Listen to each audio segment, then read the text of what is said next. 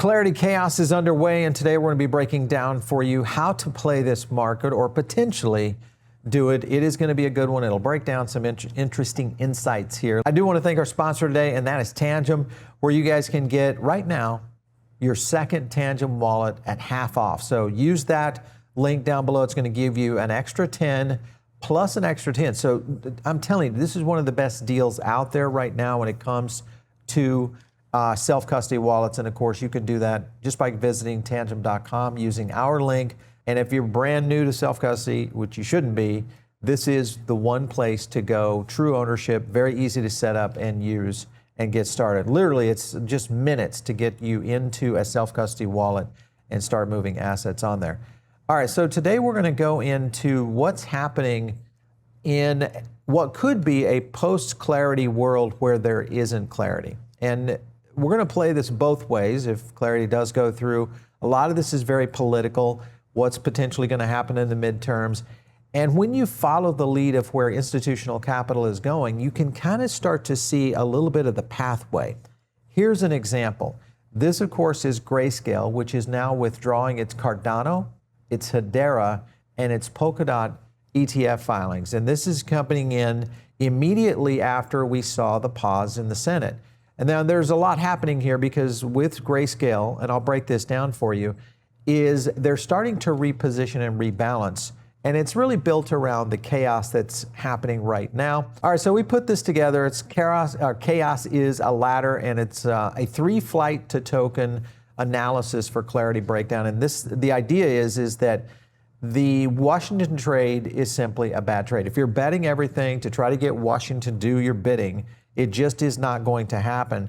One of the things that we'll kind of break down for you is the setup. This is the U.S. Senate pretty much being in a useless state right now because they punted, and they punted to September 15th. And it's really only the cloture vote. So it's a vote to have another vote. You've heard me talk about this before. There's like 5 things that could potentially happen on that day when they return. And the likelihood is not going to be pro-clarity unless something is done around ethics, which I still think is going to be a stick in the mud. It's not going to get done unless there's a breakthrough. If there's a breakthrough, this would change my mind. The holdout for Republicans still remain. There's a handful, meaning that are not going to vote in this direction. And then you still have the midterm issue right now. November 3rd could flip the House completely, most likely will. And the window is closing because what's happened already is it has pretty much pulled a lot of these PACs out of a position where they could actually try to affect the midterms because of this delay that has been done. It's almost as all of this has been orchestrated by somebody. I wonder who that somebody could be. I just wonder. So here's what we've been breaking down. So the filter is pretty simple. It's not enough to survive without clarity. The token must not need it. So the idea is we're not betting anything on DC. So first up, clarity already won. Legal status is settled by courts or regulators. That's a big situation that's going to happen with the SEC and the CFTC. So you're not waiting on a bill. Real value accrual means revenue is flowing from the token today, whether it's burned, buybacks, fees, etc. Permissionless by design, and these are the kind of the criteria of what you need to look at. The product runs no matter what Congress does. Follow the lobbying. This is if the company has bet its brand and it needs the bill. So watch out for those. And there's some in there that I'm, favored to, but they have gone this direction. And the other things that you got to look at is chaos. This is pretty much the tailwind because volatility and fear will most likely feed it. It should not break it. The macro independency is real. The demand needs to be one simple thing, a reason to exist that has nothing to do with the crypto law. So it has utility, it's got function, and the demand is there. That's the key filters that we want to go on. The disqualifiers that would play into this is something like a Coinbase situation where it's all in clarity passing, and it's aligned pretty much with Trump right now and going into the midterm cycle. So that gets you on one side of the position, which is not really, you need to be able to appeal to all walks of life. XRP Ripple right now, this is a token that got partial clarity and the institutional thesis still needs the build. This is a bad situation for Ripple and XRP. If this doesn't mean they're going to go away. It simply means, is this a play that is going to continue over maybe the next months or until we start to see some sort of movement in DC, which I don't anticipate anytime soon. Then you get into Circle and stablecoins. Genius left the field pretty much in the yield fight pretty much wide open, and then banks are still attacking, and I anticipate this is going to continue. And the likelihood is the banks are going to push even harder, because as we see rulemaking start to play into this is where the SEC and the CFTC gets involved. This may put some more pressure there. The other thing is anything with KYC that is heavy for adoption, this is going to run into problems, and I think this is going to continue to be an issue overall, because clarity would help them a lot, or would have to help them a lot. Bitcoin is another one. Regulatory clarity, yes, but it's still stuck in this quantum limbo, so I'm still concerned about that. And then Aave with DeFi lending. This is another one that I think I would disqualify. Strong engine, but it pays a sentiment tax on every DeFi exploit. That's the problems that we're faced with right now. Now, let's go into, first, I want to review tokenized gold. And many of you would say, well, gold, no, that's not a position. Well, it's a defensive position that you guys could be in. I think it's the winner here, whether it's PAX or XAUT. No securities questions here. Gold isn't a security under any framework, so zero dependence on crypto. Tether's loading up on this. You've got it winning the narrative war by a long shot. Then you have DeFi barely scratching the surface with on-chain gold yields that are barely even switched on. So once that starts to move, there's going to be massive room for opportunity there in DeFi. Legal tender, this will be interesting because overall, gold for retail payments is legal. Some of these states are already declaring this. There's a whole demand lane that just opened up. Now, the question is, will it get into play? That's still open. I'm okay with you guys that would argue that.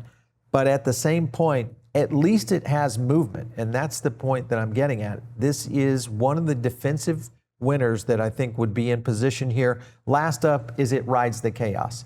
And that is the situation around war, tariffs, debasement, fuel, you name it, all of this we're dealing with. It's essentially where scared money is going to hide. All right. So this on its own is not enough. Just the slides. OK, well, let's go over and take a look at a few key points here. I want to focus on one. Rand Paul comes in and says, hey, yeah, I've went over. I checked out the gold. It's there. We're all good. And 147 million ounces. So the U.S. is still holding a large position here. So when you look at one of the things also that could be a catalyst is retail. And the largest U.S. physical gold-backed ETF, GLD, this is now has attracted another 50 million in retail inflows. This was on Wednesday, largest daily inflow since March. We're going to have an expert on gold next week to come on the show to break down this, because this could be a trend. If you go look at the chart here, you'll see right here the kind of movement that we're talking about. And this is indicative of what is happening right now around the market. Chaos. Clarity, of course, being paused. We're in a situation right now, we don't even know if we're going to retain that. When I say we, meaning anything that's pro-crypto, is going to retain the House or possibly even the Senate playing into this. One note to make attention to is the number of holders right there. That's 258,000. Now you would think, is that a regular gold holder? I don't think so. I think this is a next generation that is starting to look at gold as a major digital asset. That's the point I'm getting at, is we are going to see a shift here, and especially in defensive positions.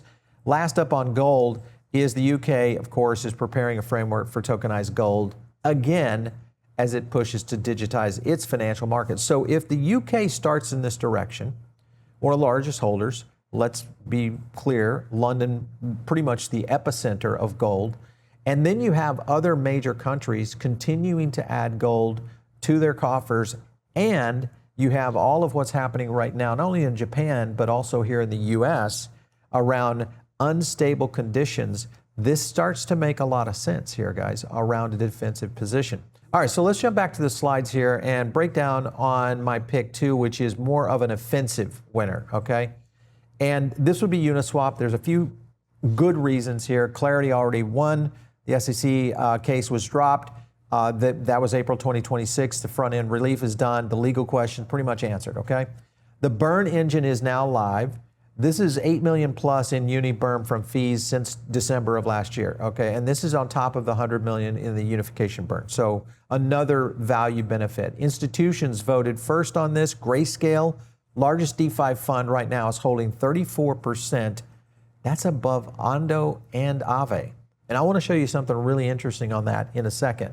But the other scenario is chaos equals volume and also equals burn. And what that simply means is the DEX volume is spiking during panics. Remember October 10th? That's when we saw the highest numbers. And I'll show you the chart in a second. Fear literally feeds this token. So maybe this is all playing into it. The other thing is the Robinhood pipeline.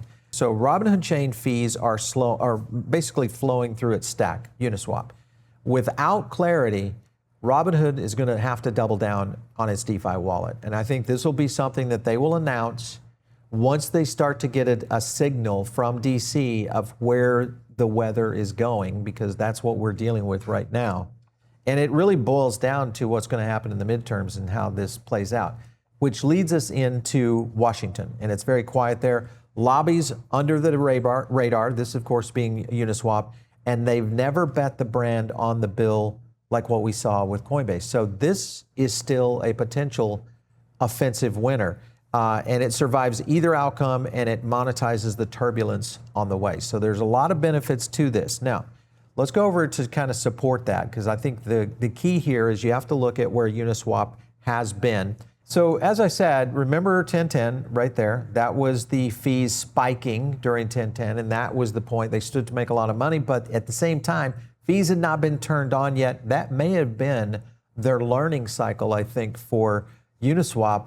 All right, so let's go over to Grayscale, because I said I was going to show you something. This is a rebalance of their portfolio, and it's pretty serious because you look at Uniswap holding the upper scale of the weight right here over Ondo, over Aave, over Athena. This is at 34% weight. And you would think, all right, well, that's okay.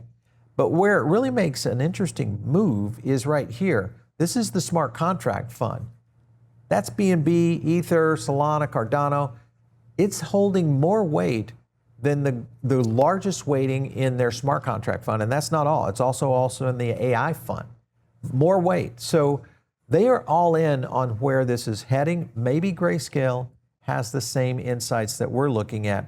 So let's take a look at the cumulative UNI Burn. So this, of course, and this is something I promised, and that is more chains. This, of course, gets into the whole issue that I'm talking about right now. That, of course, is Robinhood continues to grow. Now they are added to the stack. Only points up for Uniswap. Other points I want to kind of focus on. Here was Ryan Sharon Adams. He kind of talked about it right here.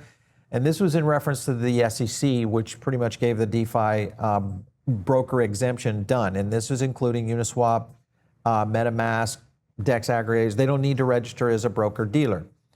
With that, and then remember that during that, you had the Judge Fela that came in. This was during the trial, and said this, right now, if you look at these allegations, this defies logics that this would be the case. So this has already been proven, and it's in a good position, I think, on the more aggressive position overall. Let's go back to the slides real quick, because I want to go into the growth engine. And the growth engine pick is going to be Solana. And there's a few reasons here. It's not fragile by any means by history. If you go back and look at the grassroots, this thing, of course, survived FTX. 30 straight months, though, right now, of 100% uptime. That's insane, because that was the one thing that Solana always had as a knock. Not the case. 30 months in a row, we are good. The other thing they're doing is they're just the velocity of their upgrades in the bear market. So very relentless in terms of their shipping. And this, of course, forces a lot of chains to either copy it or pretty much die. The collectible super cycle. 75% of RWA collectibles right now, prediction market growth, zero security overhang right here. This also gets into where it captures growth that apps can't, and this means something like a collector crypt. We've talked to them on this very point, and it's Solana's top earner. This is in reference to cards, the token, but without clarity, you can't really do anything with it. But Sol doesn't necessarily need that, so that's the key here, where its apps can't necessarily capture the growth, but Solana can. The other thing is just hyperliquid. It's starting to eat its lunch. And if you can look at just how perps products are pulling the market share from the perps king, you look at Solana as being that center. And then stablecoin payments. This is the chain. This is where real people actually transact, and I'll show you some things that will kind of back this up. Now let's go over and kind of look at some of the things that kind of support this. One of the things I want to focus on right here is, remember, IPO season. We did a SpaceX IPO video that we said it was going to boost Solana. And if you look at the charts, you'll understand why that was, because of the early stage trading that this, of course, represents. Speaking of perps, you'll look back at Hyperliquid, which has pretty much been the king. And if you look at the king, it was on the rise right there until the end of last year. And of course, that's when we started to see the takeover. And Hyperliquid has been slowly losing market share, and I think mostly to and because of Solana. So this is going to just be another point that I'm getting at. And here is a good example of the holders and the DEX volume right here on Hyperliquid. All of this has been trending down. Granted, there has been some spikes, but the point is, overall, it's been trending down.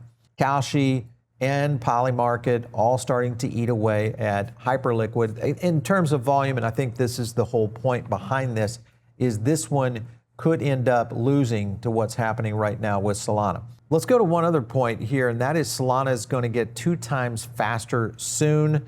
And this is a point that we're going to be talking about this week with Mert to kind of break this down. But the point is transaction faster even yet. Further into this, double disinflation. This is another major factor that is getting very close to completion. All they need is 15% on the threshold to make that happen. This is also very bullish. This is another one, stablecoins. Remember stablecoins on Solana? Well, guess who? MoneyGram now is going to give you an off-ramp via Solana stablecoins. So now you've got 170 countries in here, 500,000 retail locations that can convert stablecoins sent on Solana to cash. This is the kind of thing that I'm talking about in terms of an opportunity here. So regardless of what happens with Clarity, regardless of where this market is going to go, you want to pick things that are actually moving. The other thing that's interesting with this is timing.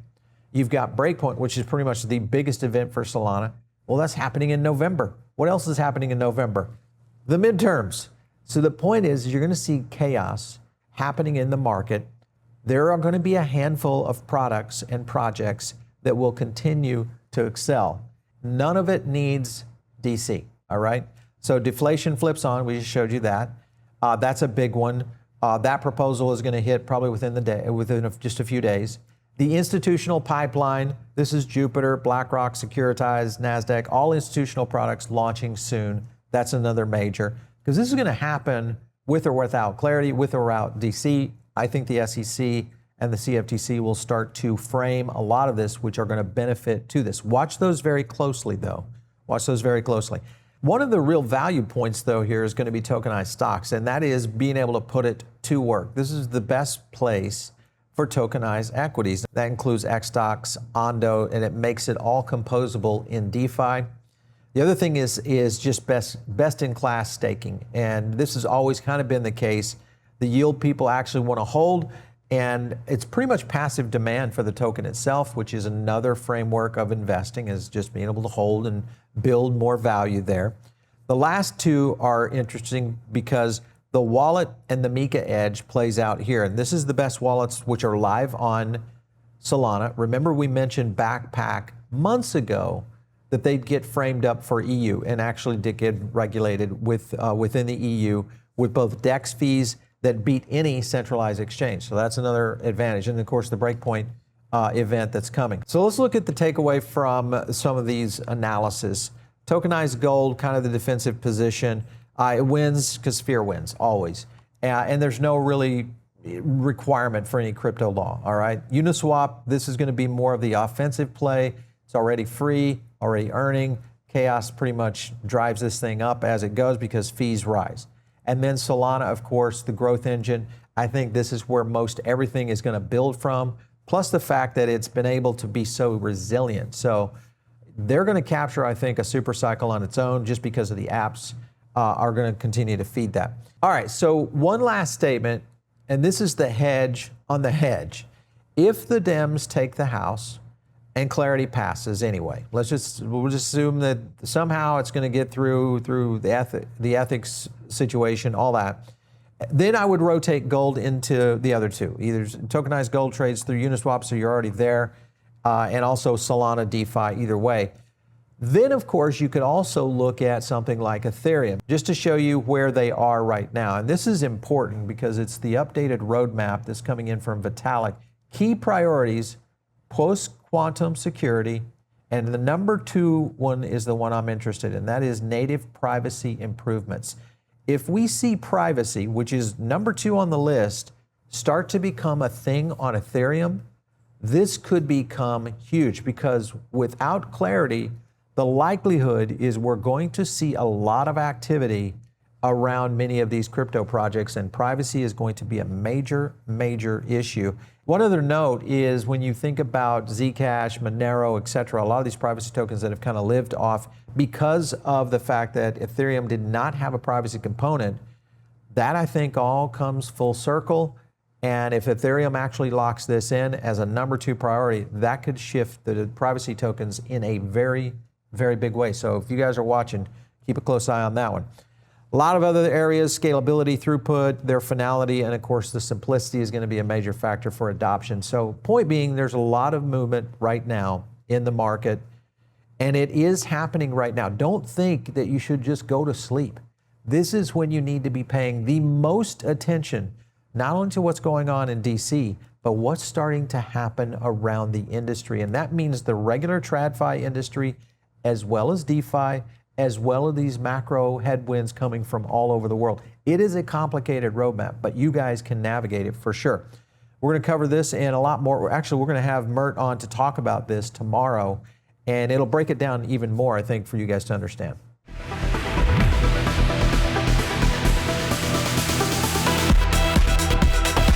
If you like this video, hit like and subscribe, drop a comment down below, and also join our free private member group. The link is in the description.